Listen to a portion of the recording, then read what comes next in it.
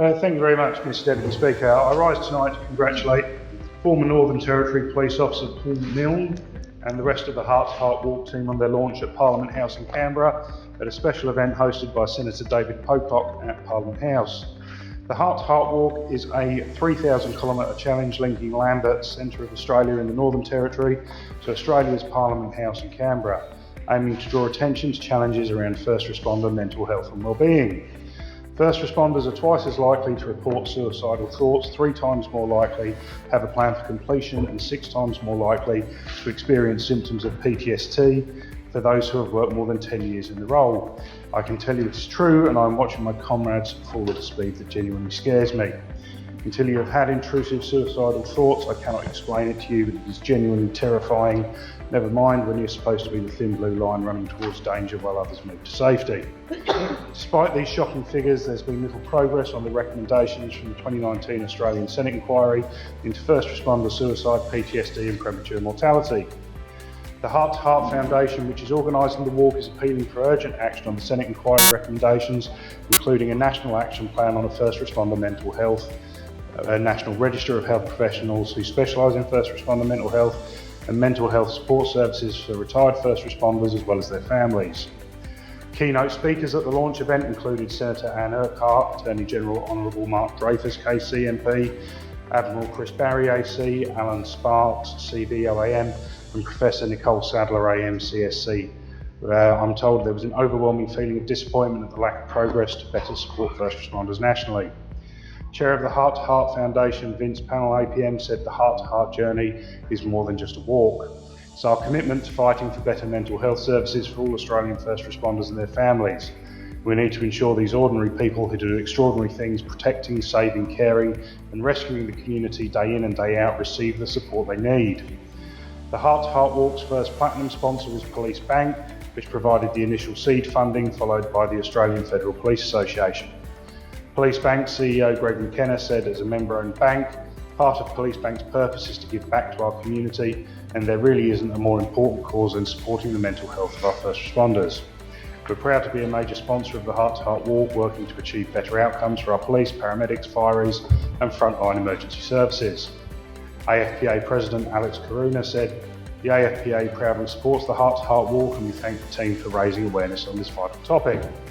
Unfortunately, first responders are prime candidates for suicide, post-traumatic stress disorder and premature mortality.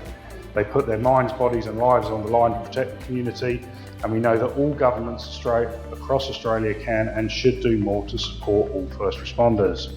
The AFPA encourages everyone to get on board and support this fantastic cause. The current gold sponsors include Raytheon Australia, Chelsea Wealth, David Healy Solicitors, Holand Group, The Experience Collectors and Tarot Solutions. The silver sponsors include our own NT Police Association, Australian Paramedics Association and the ACT Government. Walkers undertaking the long distance journey will depart from the Northern Territory on 1 July 23 and arrive back at Parliament House in Canberra on 28 September.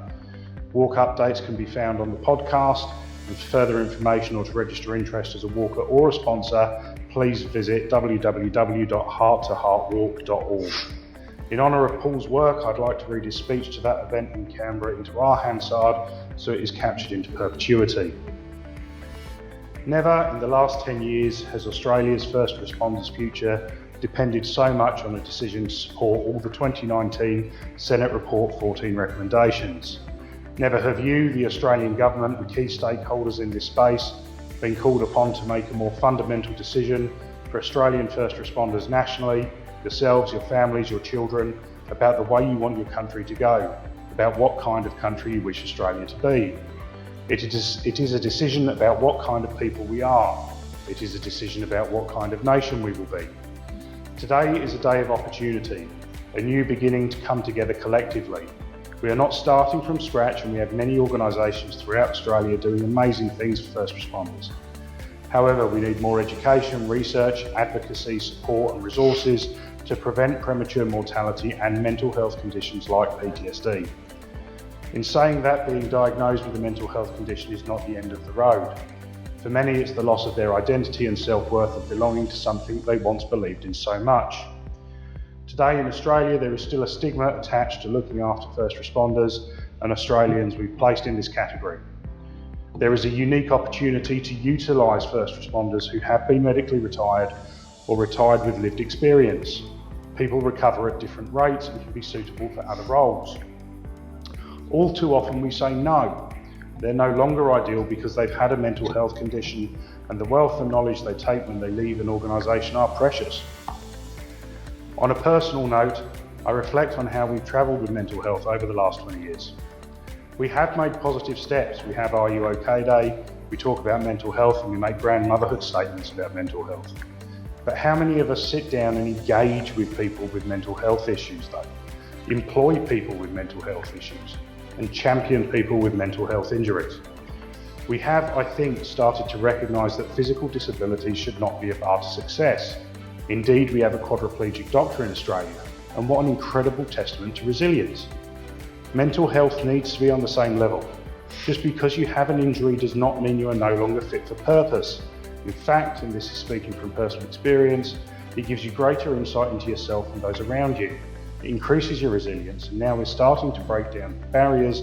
It's fostering a greater sense of camaraderie in those areas of life that had the fellowship to begin with. That the forces and first responders are looking after their wounded brothers and sisters. There is very little stigma in having a mental health wobble in these communities anymore, at least amongst the rank and file. We need this to not only spread far and wide, but include in service. We should not have situations where first responders are trying to hide their mental health injuries from management for fear of losing their jobs. We should not have a situation where we encourage don't ask and don't tell and leave people on long-term sick leave to stew, especially if they don't have the support at home. And my final personal reflection is that whilst we are starting to kick goals from the ground up with respect to our members, an area that we are missing in action in is with their partners and families. There is no manual on how to deal with your spouse or loved one who suffers a mental health injury. There are a few individuals trying to start their own conversations, forums, YouTube channels, and anecdotally, some of the material prepared for first responders has been found to resonate with their partners. But this is not going to help when one of their colleagues takes their own life though. How do you deal with that? Equally, how are employers responding with emotional intelligence when such a tragedy happens? We know that the support of the agency or lack thereof can be directly linked to the chance you will develop a mental health injury. And as the old saying goes, an ounce of prevention is worth a pound of cure. At the opening ceremony of the Heart to Heart Walk, Paul read out a statement made over 60 years ago by Sir Robert Menzies in putting the case for greater workforce participation. He said, "A job is much more than a source of income. It is also a source of personal satisfaction and individual dignity.